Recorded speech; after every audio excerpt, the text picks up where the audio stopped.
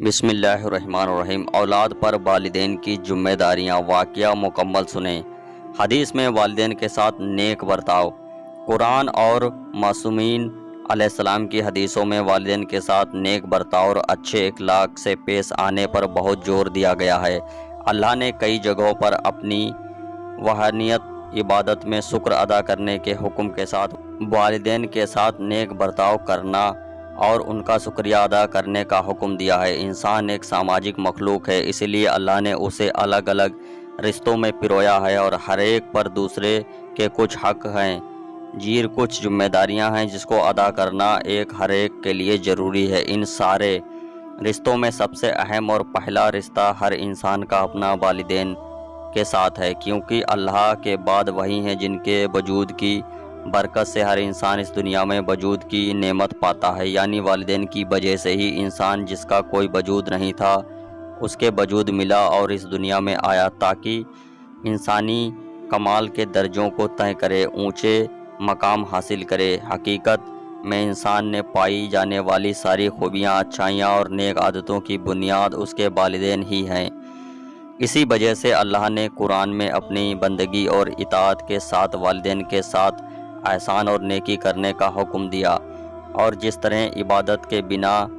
بندگی کا بیان ادا نہیں ہو سکتا، اسی طرح والدین کے ساتھ نیکی اور احسان کے بنا ان کا حق بھی ادا نہیں ہو سکتا۔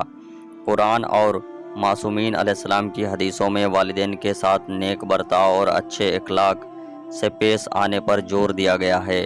اللہ نے کئی جگہوں پر اپنی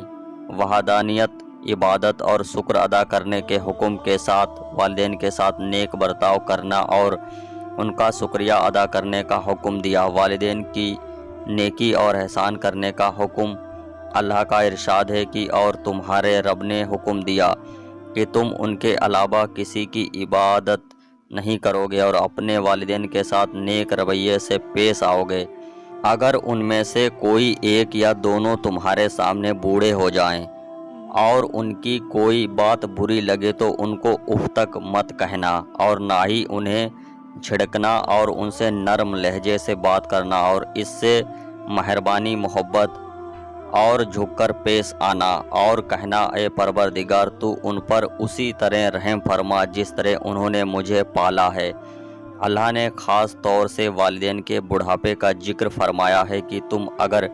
والدین میں سے کوئی ایک یا دونوں تمہاری زندگی میں بوڑھے ہو جائیں تو ان کے سامنے اف مت کہو۔ بڑھاپے کی حالت کو خاص طور اسی لیے ذکر فرمایا ہے اگر والدین میں سے کوئی ایک یا دونوں تمہاری زندگی میں بوڑھے ہو جائیں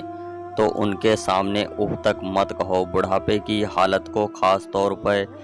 اسی لیے ذکر فرمایا تاکہ والدین کی زبانی میں اولاد کو اف کہنے کی ہمت نہیں ہوتی اور نہ ہی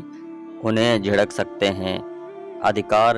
والدین کی زبانی میں ان کے ساتھ بدتمیزی اور گستاخی کا خیال کم ہی ہوتا ہے، اسی لیے بڑھاپے میں جب وہ کمزور اور اولاد کے محتاج ہوتے ہیں تو اس سمے اس خطرے کی سمبھاونا بڑھ جاتی ہے۔ اور دوسری طرف بڑھاپے میں عام طور سے کمزوری اور مجبوری کی وجہ سے انسان کے مزاج اور رویے میں چڑچڑاپن اور جھلجھلاہٹ